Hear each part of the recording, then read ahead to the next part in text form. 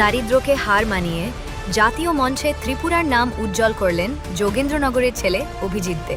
বীর বিক্রম মেমোরিয়াল কলেজের প্রথম বর্ষের এই ছাত্র অন্ধ্রপ্রদেশের আমালাপুরে অনুষ্ঠিত জাতীয় সাব জুনিয়র ও জুনিয়র পাওয়ার লিফটিং প্রতিযোগিতায় অসাধারণ সাফল্য অর্জন করেছেন।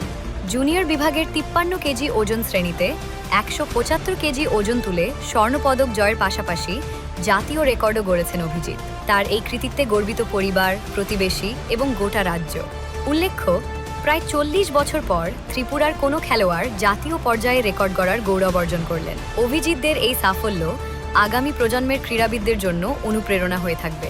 তারপর আমরা 16তে গেম ছিল, তো গেমটা হয়েছিল অন্ধ্রপ্রদেশ আমলাপুরামে। গেমটা হয়েছিল 15th national sub junior and junior power lifting championship. তো ওখানে আমার পাওয়ার লিফটিংয়ের মধ্যে স্কোয়াডের মধ্যে এই নিউ রেকর্ড তৈরি করে স্বর্ণপদক জয়ী করেছি। তো ওখানে টোটাল ছিল 21 স্টেট পার্টিসিপেট, ওদের মধ্যে স্কোয়াডে আমি ফার্স্ট হয়েছি। এই আমার বাড়ি ত্রিপুরা রাজ্যে। তো এই খেলার বিষয়ে আমার ছোটো থেকেই উৎসাহী ছিলাম, কিন্তু কিছু কিছু কারণে পিছিয়ে পড়েছিলাম, কিন্তু তারপরও লেগে গেছিলাম। তারপর আমার বাড়ি থেকে বাবা মা সকলে সাহায্য করেছে, এখন যার কারণে আমি ত্রিপুরা রাজ্যের মধ্যে এই গোল্ড মেডেলটা নিয়ে আসতে পেরেছি।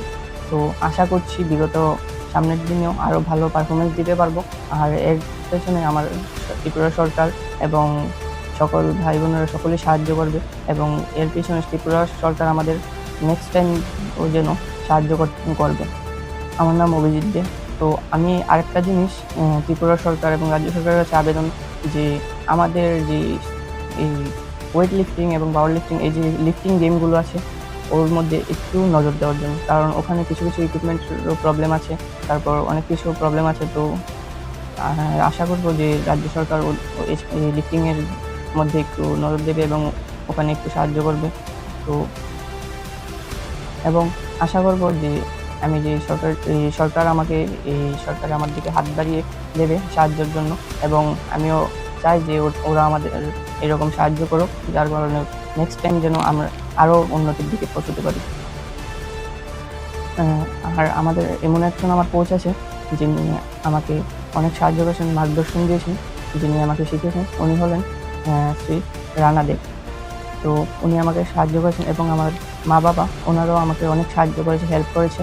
এবং আশা করছি যে ত্রিপুরা সরকার এবং আমাদের মাননীয় মুখ্যমন্ত্রী তিনিও আমার সফলতাতে খুশি হয়েছেন এবং নেক্সট টাইম সাহায্য করবেন, ওটাই আবেদন রইল সকলকে।